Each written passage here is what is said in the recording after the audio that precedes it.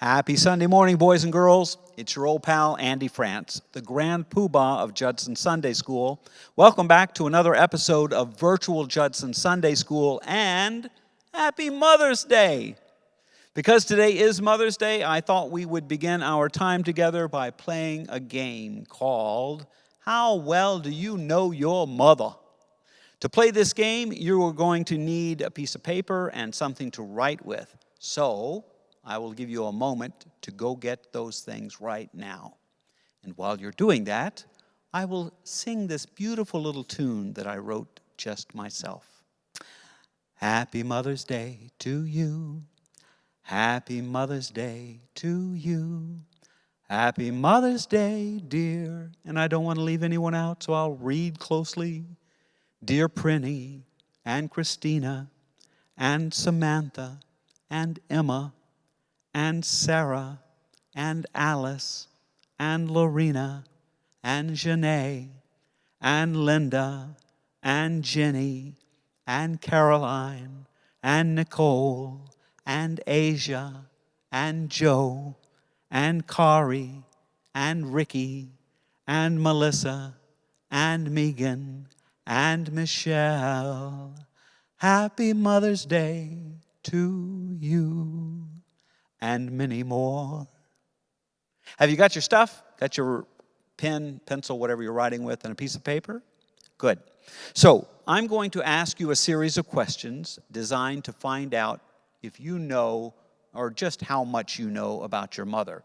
You will write down your answers on the paper as I call out the questions.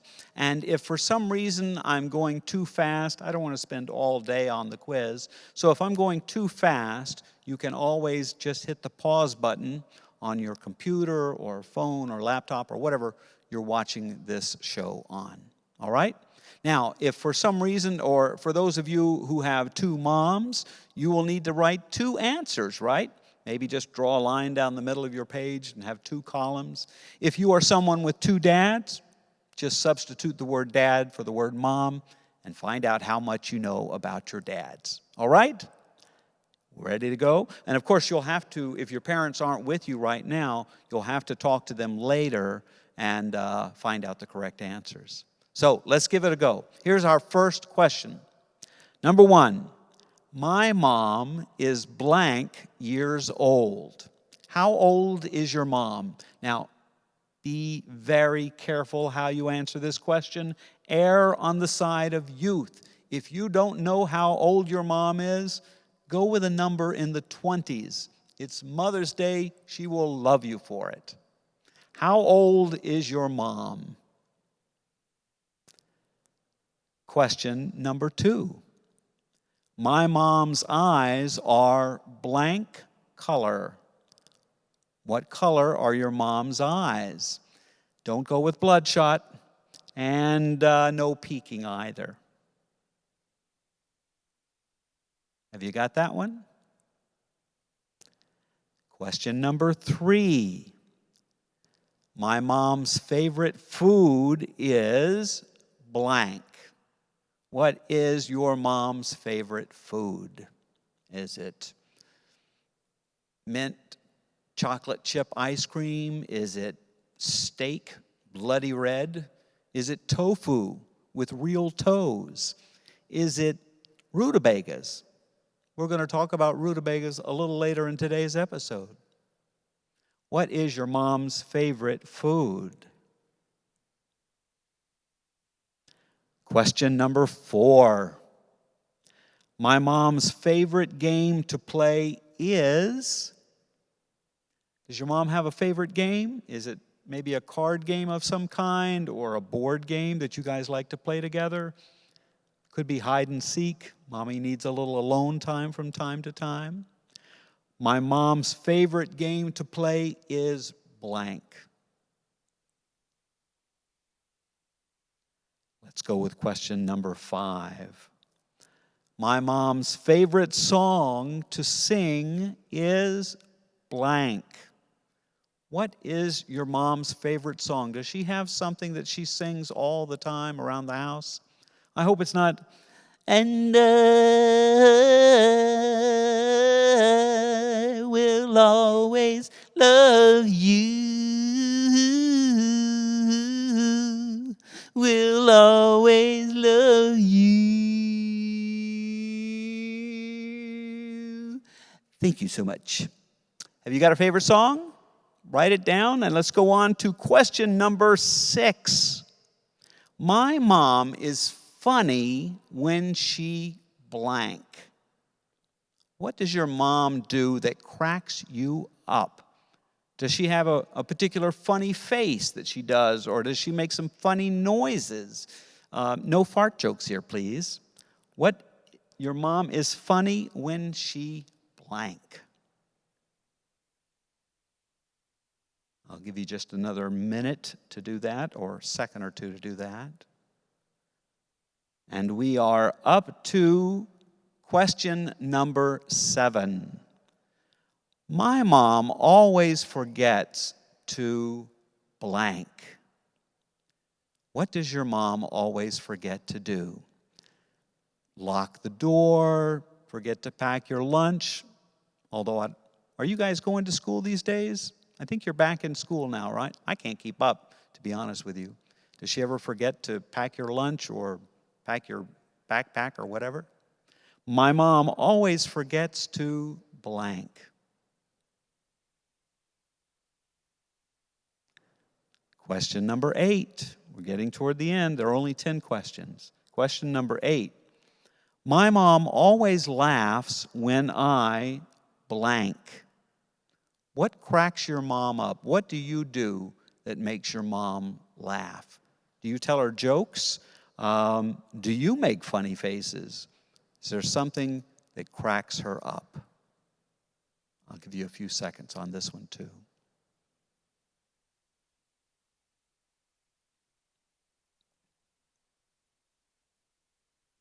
How about question number 9? Number 9. Beatles joke, sorry. My mom's favorite nickname for me is blank. Does your mom have a favorite nickname for you that she calls you? Do you remember, I believe it was the Mother's Day episode last year when we talked about terms of endearment, those nicknames that our parents have for us, like Snookums or Cheese Weasel or Booshala, if I remember from last year correctly, or maybe just Sugar Booger. What's her favorite nickname to call you?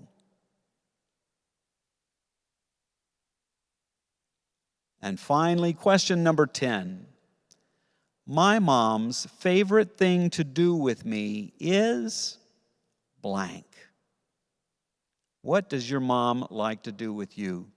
Maybe read stories or snuggle or just tie you up and have a nice tall glass of wine. That could be it.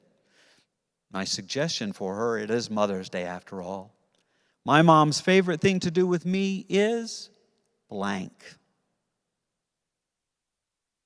Remember, if I have gone too fast for you, and I'm sure I probably have, you can always hit the pause button or just wait till this episode is over and rewatch it on YouTube, and I'll tell you how to do that in just a minute. All right? So how did you do? Do you think you got a lot of answers correct? That would mean that you know your mom pretty well. If not, there's no time like Mother's Day to get to know your mother better. Now, like I said, if this went too fast for you, or you need more time, or you want to watch it with your mom or your dad, then you can simply go to YouTube and in the search bar, type in Judson Memorial Church Sunday School and today's date, which is May the 9th, 2021. And I thank you so much for playing this game. So today is Mother's Day, the day we honor our moms, and rightfully so. After all, we owe them everything. They gave us life. Recently, I went back in time and had a look at last year's Mother's Day episode of Virtual Judson Sunday School, and I watched your videos in which you talked about how much you loved your moms and why. Now, some of you talked about how beautiful your moms are, how kind they are, how they never let you down, how they are always there for you even when you make mistakes. We love our moms for being good listeners and for their patience, which admittedly is not always in large supply. We love our moms for the example they are trying to set for us. And our moms and our dads, too, for that matter, are trying to teach us how to be good and responsible human beings. There's an old saying that says, "A mother's hug lasts long after she lets go." Perhaps what we treasure most in our moms and dads is their unconditional love and support. You are never going to guess what today's word of the day is.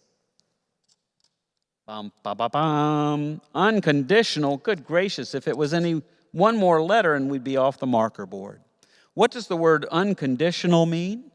Well, if you just take the which always means not or no or something like that, then it means without any conditions, no terms, no strings attached. It is absolute, guaranteed.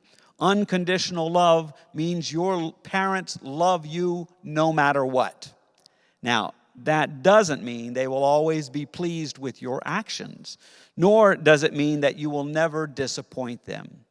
But it does mean that their love is greater than any of those disappointments, any mistakes you might make along the way. Their love will always be there for you. This is an idea that Jesus was quite fond of, God's unconditional love for you and for me. In fact, Jesus often referred to God as a parent, as a father. And perhaps his most famous example of God's unconditional love was his parable or story of the prodigal son. Do you remember the story of the prodigal son? We talked about him last spring, I believe. Now, you might recall that the word prodigal means reckless or wasteful. I thought I would tell the story of the prodigal son one more time. It's the story that Jesus told thousands of years ago, although I have updated it somewhat to include both New York City and the prodigal son's mother. After all, it is Mother's Day. New York City and the prodigal son. There once was a family that had two sons. They lived upstate where they owned a great big farm.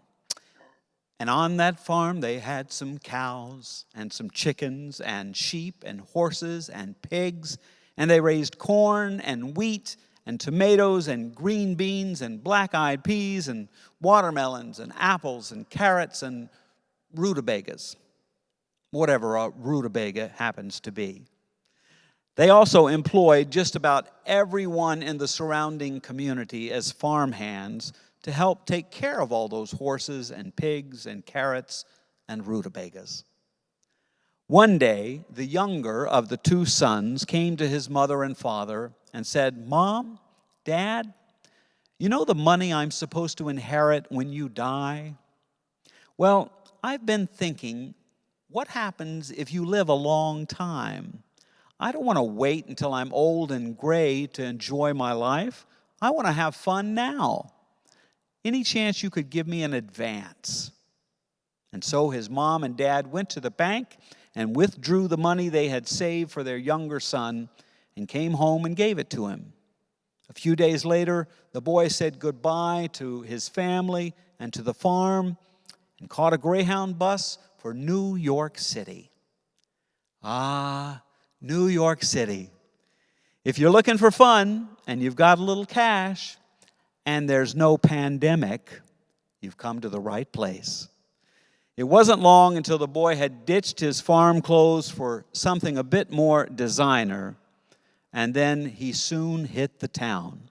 From Times Square to Chelsea, from Harlem to the Lower East Side, from Bushwick, Brooklyn, to right here in Greenwich Village.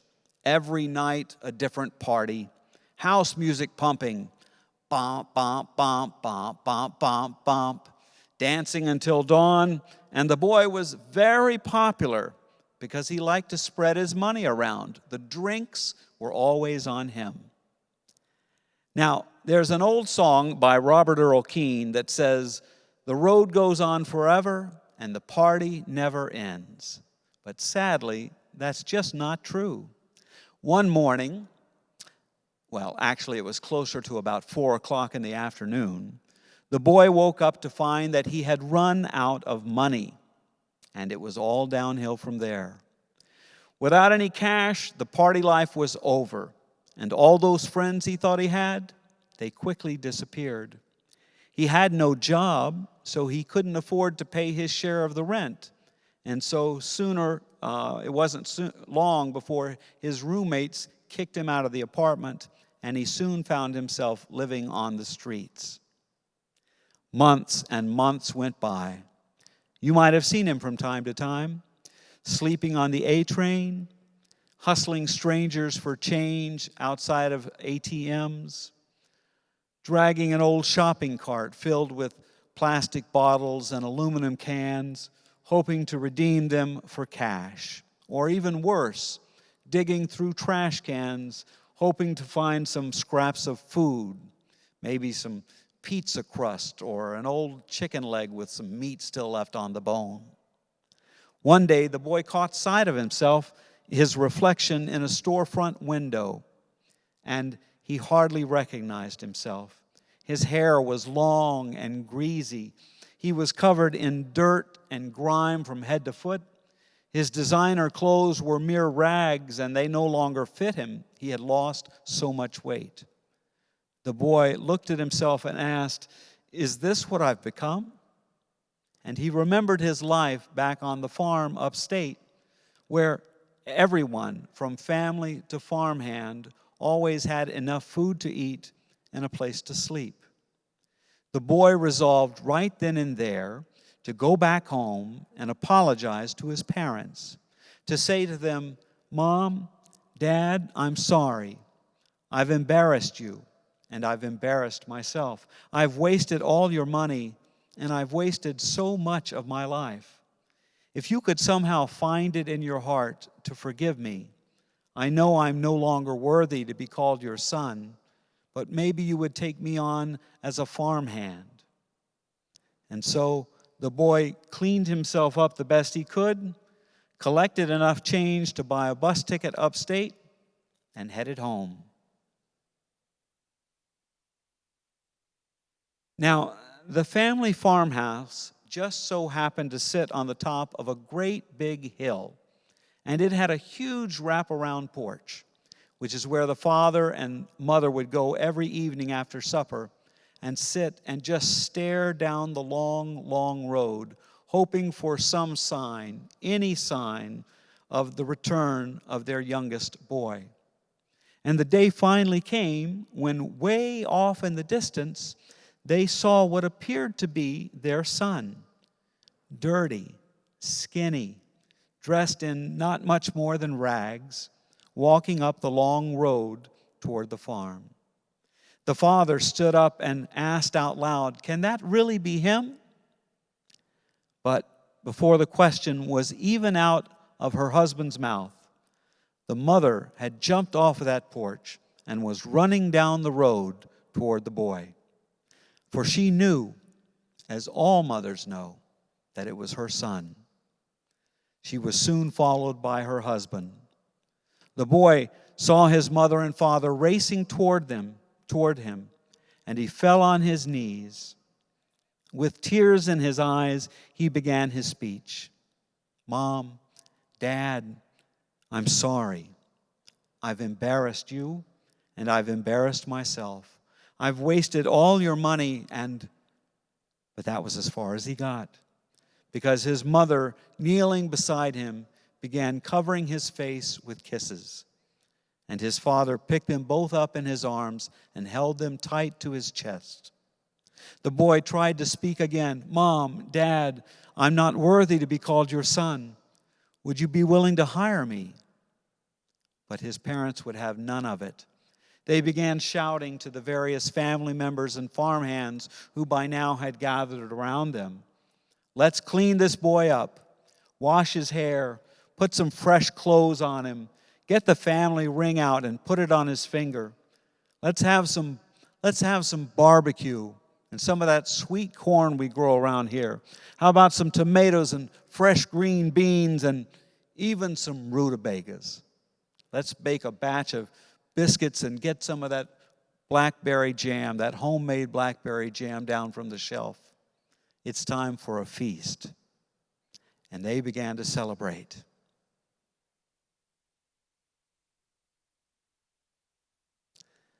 But that's not the end of the story. For you see, one family member who hadn't gathered with all the others was the prodigal son's older brother, who was still off working in the fields. Seeing all the lights on the farmhouse and hearing the music coming from down there, the older son sidled up to one of the farmhands and said, "What's going on? What's all the commotion about?" The farmhand said, "Your brother has come home, and your parents are throwing a party." Well, on hearing that, the older brother got mad and went back out into the fields. After a while, his father noticed that he wasn't at the party, and so he went outside to look for him. Once found, the father asked, "What are you doing out here? Your brother's home. We're having a party. Come inside and join us." But the older son refused, saying, "Are you crazy? Throwing a party for that jackass? We haven't heard hide nor hair of him for months and months on end. He wasted all your money on God knows what. His whole life has been a party. Meanwhile, where have I been? Right here, that's where, working like a dog. I never asked you or Mom for a thing, and I've never embarrassed you either, not once. Where's my party?" And the father said to his oldest son, "You're absolutely right. Every word you said is true. You've always been there for us, and one day everything we own will be yours. But son, today, let us rejoice. Let us celebrate. For your brother who was dead is alive again. He was lost, but now he's found." So I've said it before, but what I think I love most about this story is that the character of the father, who is supposed to symbolize God, is the opposite of what most popular religion would have us believe about God. That God is an angry, old, white man, and that we are required to walk on our knees for 100 miles before God would ever deign to have anything to do with us. But, to quote my favorite poet in the whole wide world, who's that? It's Mary Oliver. "You do not have to be good. You do not have to walk on your knees for 100 miles. It is that unconditional love that we hope for in God. It is that unconditional love that others hope for in us. And it is that unconditional love that we recognize when we look to our mothers, whom we celebrate today. So, once again, happy Mother's Day.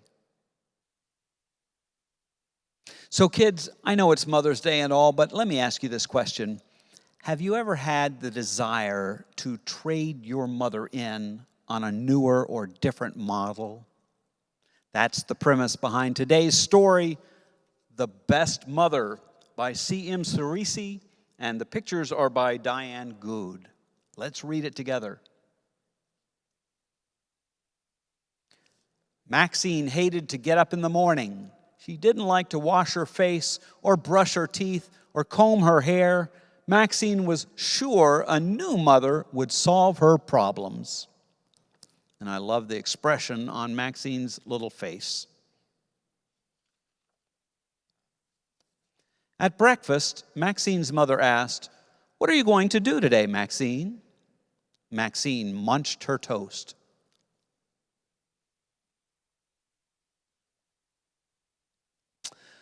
"I'm going to get a new mother," she announced. "Sounds like a good idea," said her old mother. "I'm going to look in the park," Maxine said, "and in the toy store, and at the zoo." "You better take your sun hat. It will be hot and bright today," said her old mother. "That is just the sort of thing I do not want my new mother to say," said Maxine.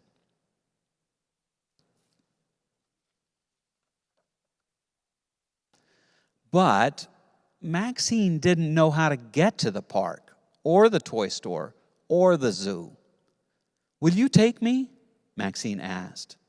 "I'd be happy to," said her old mother.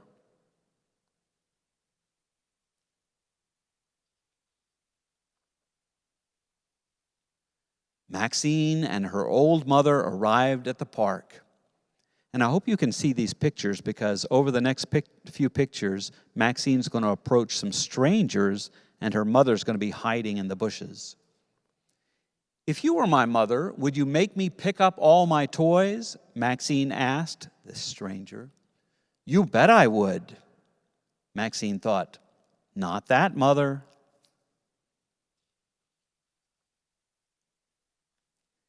"If you were my mother, would you let me bang a drum anytime I want to?" Maxine asked. "No banging drums, no tooting horns, no Miss Noisy, thank you very much." Maxine thought, "Uh-oh, not that, mother." "If you were my mother, would you let me wear my slippers in the snow?" Maxine asked. "Ha, ha, ha, no." Maxine thought, "Definitely not that, mother." Maxine and her old mother arrived at the toy store. "If you were my mother, would you buy me this rocket?" Maxine asked. "That rocket is too expensive." Maxine thought, "Well, not that, mother, either." Can you see Maxine's older mother or old mother hiding behind the rockets?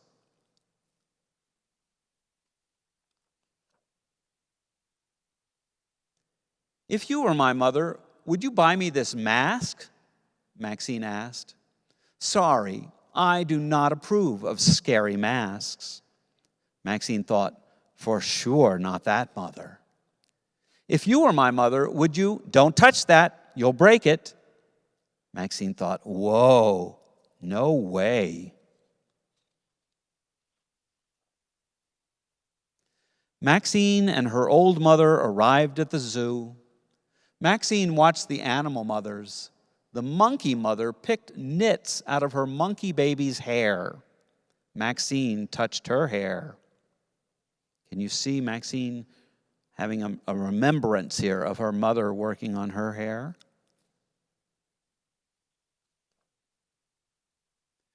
The elephant mother sprayed her elephant baby with water. Maxine put on her sun hat. There she is, remembering her mother spraying her with water. The giraffe mother licked the sore on her giraffe baby's neck.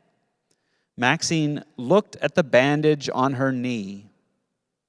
And she's remembering her mother putting the bandage on her knee.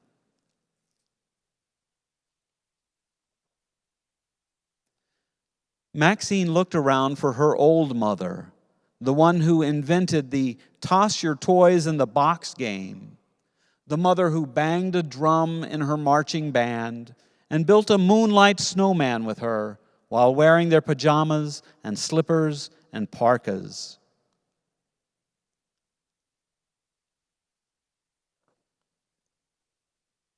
The mother who bought her a telescope because she promised to be careful with it, and played hide and seek with her while wearing monster masks. Can you see Maxine's face? She's looking a little What would we call that look? Verklempt?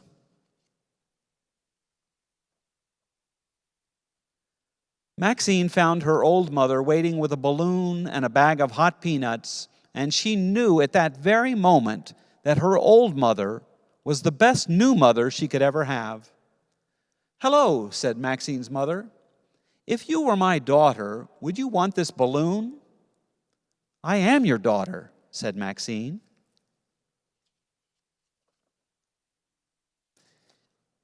"If you were my daughter, would you like these peanuts?" "I am your daughter, Mama." "If you were my daughter, would you want another mother?" "Oh, Mama, don't be so silly," Maxine said. "Oh, Maxine, I'm so glad."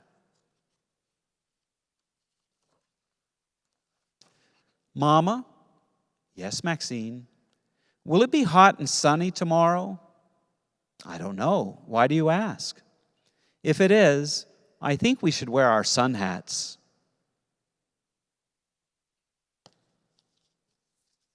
The best mother.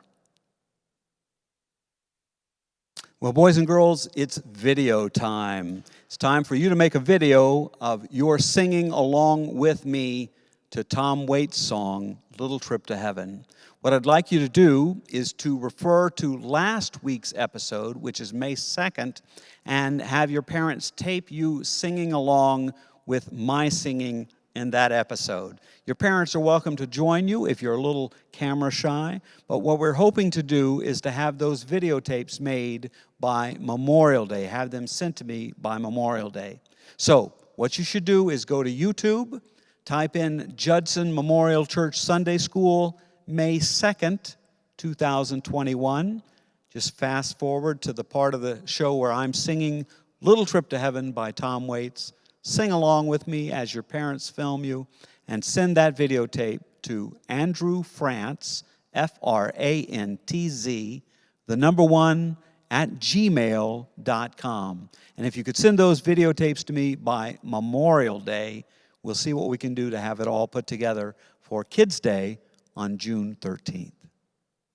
Well, looks like we've done it again. We've somehow managed to get through another episode of Virtual Judson Sunday School.